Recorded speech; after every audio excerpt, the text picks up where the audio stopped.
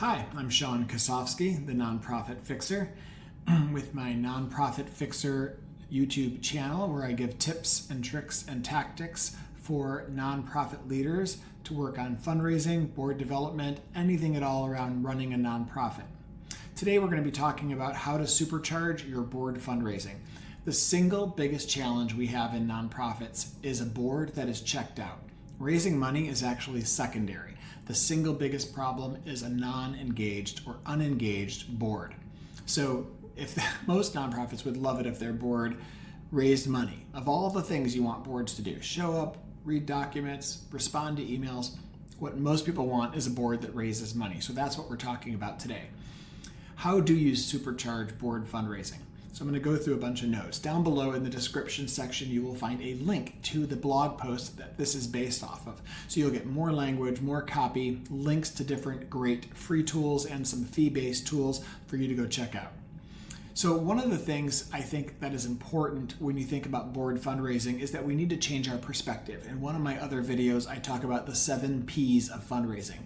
The pitch, the platform that you use, the people that you engage, the plan that you write, the policies that you have, the perspective that you have toward fundraising, and practicing. Those are the 7 Ps.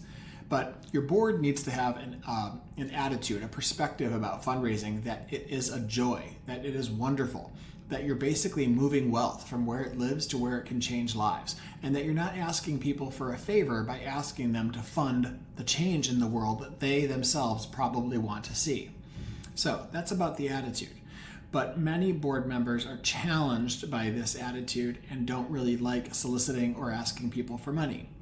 So one, reminder, asking for money is not a favor. So remind your board members this. When you ask for money, you're not asking anyone to do you a favor. You're asking them, you're giving them an invitation to fund the world that they want to see. Less cancer, less disease, more joy, less bullying, all the things that we want to create in this world. They're the donor, you're the doer, it's a partnership. So remind your board members that that's really part of the attitude and perspective they need to take. Asking for money is also not rude. You are helping create change. Most people are not offended when they are asked for money. They might feel bad that they can't give, but they're not offended. So remember that. Excuse me. Also, quid pro quo. Board members are usually worried that if they ask someone they know for money, that person is going to ask them back. People hate raising money. So there's a really strong likelihood that someone that you ask for money is not going to come back to you and ask for money because they hate it too. So that's not going to happen. But if occasionally, a couple times a year, someone asks you for a donation, you are not obligated to give. You're in a different boat. You have different issues that interest you. If you feel like it's a quid pro quo, then you just need to assume that when you're a board leader and you're raising money, you will be asked for money back occasionally, but way less often than you have to. So one of the things that's also really important is to create expectations of your board. Board members need to know that we have high expectations and high standards for them, not low standards. That means they need to attend every meeting, they need to read documents when they're sent to them, they need to supervise the ED, pass a budget, and they need to fundraise. So the board agreement is something I think is really powerful. And if you read the blog post down below, you'll get links to a board agreement. Board agreement is a powerful document that asks the board members to promise to engage in a certain way, and in response and in kind, the organization will also respond in a certain way. They will behave in a certain way. The organization will provide insurance and transparency in the books and provide staff to help the board in their fundraising. But the board has to attend meetings, read documents, avoid conflicts of interest, and raise money. That's what a board agreement is. I strongly advise that you get them for your entire board. So the top 10 excuses that board members have for not raising money. We're going to go through a few of them right now, and you can read all of them in the blog post later.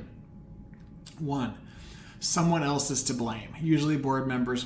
Sometimes board members will blame someone else in the organization. Oh, I was never really told what I could do. I was never given a list. I thought someone would reach out to me. Board members can sometimes try to shift the blame to someone else for why they didn't hit their targets, which is why you need to give them the tools they need to succeed. Also, someone can say that something, not someone, but something else is to blame. Oh, I got so busy. Oh, I had so much travel. I thought we were doing okay. I didn't know. There's some kind of like putting off the responsibility by shifting the blame to something, maybe not someone.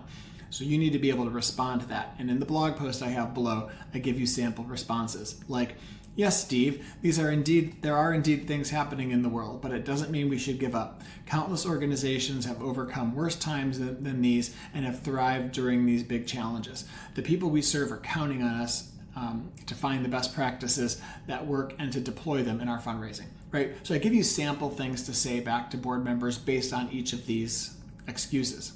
The third excuse, fundraising makes me uncomfortable. Of course it makes people uncomfortable. So one of the things you can say back to this metaphorical, make-believe response is, Sally, let's unpack this a bit.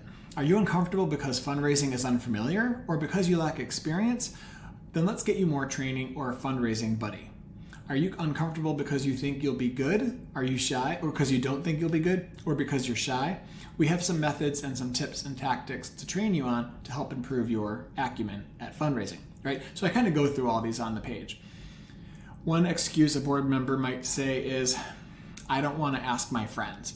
Well, the truth is that your friends are far more likely to give. If you ask total strangers, you're going to have to ask 10 times as many people in order to hit your goal. But if you ask the people you know, you're going to hit your goals so much faster.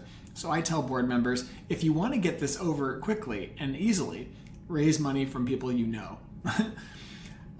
Another excuse that board members might say is, I already give of my time.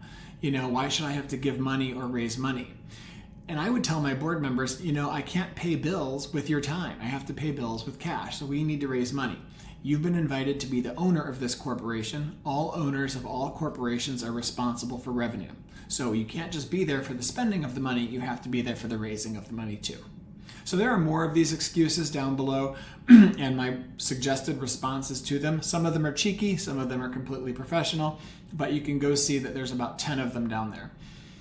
Make it easy for your board to fundraise. Part of this is all about giving your board the training, the tools, the preparedness, and the confidence to go out there and raise money. So I give you some links down below in that blog post for how to do that. I also have a blog post you should check out that gives over 100 methods for board members to raise money that don't involve soliciting.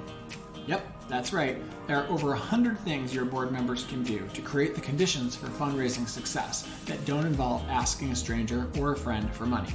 So go check that out. It's in the blog post. Thank you for reading this and listening to this. Give me a thumbs up down below and subscribe to my channel, and let me know in the comment section down below if you find this generally helpful. Thank you so much.